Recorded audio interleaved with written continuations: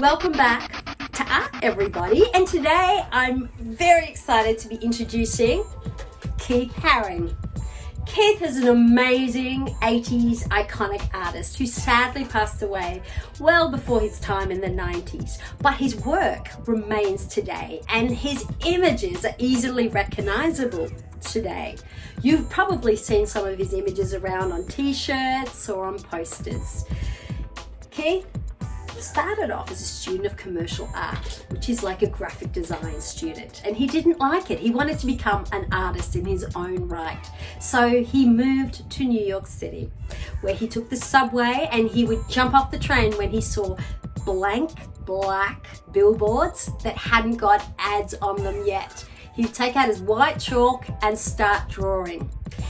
That was considered graffiti, which was illegal and probably still is today. He got into some trouble, but really what ended up happening was that his imagery and his visual imagery, his visual language, became very, very popular, and he got commissioned to do more and more works. He was actually in 100 exhibitions.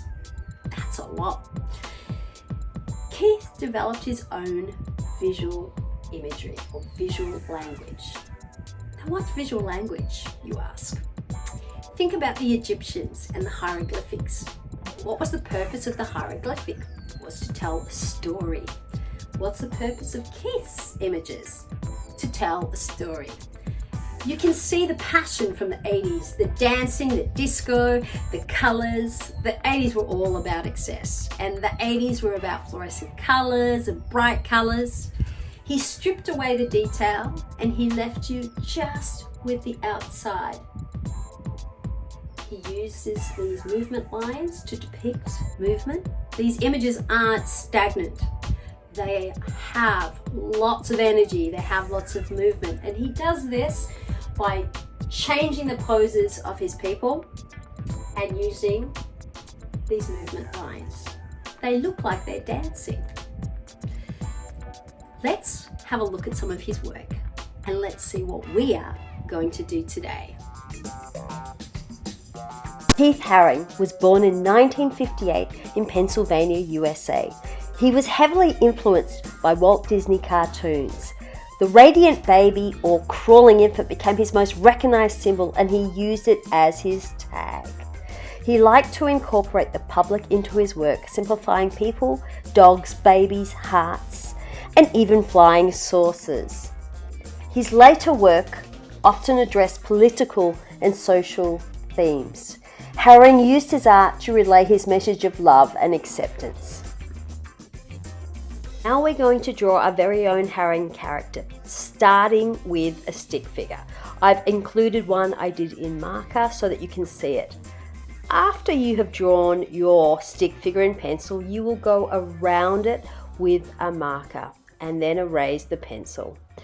Colour it in block colour, whatever colour you'd like, and add your movement lines.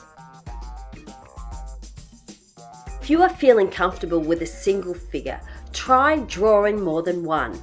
I have based this design on Haring's 1982 work called Untitled.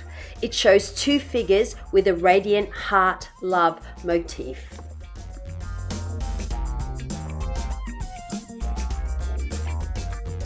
Use bright colours and again add your movement lines to express joy and dance.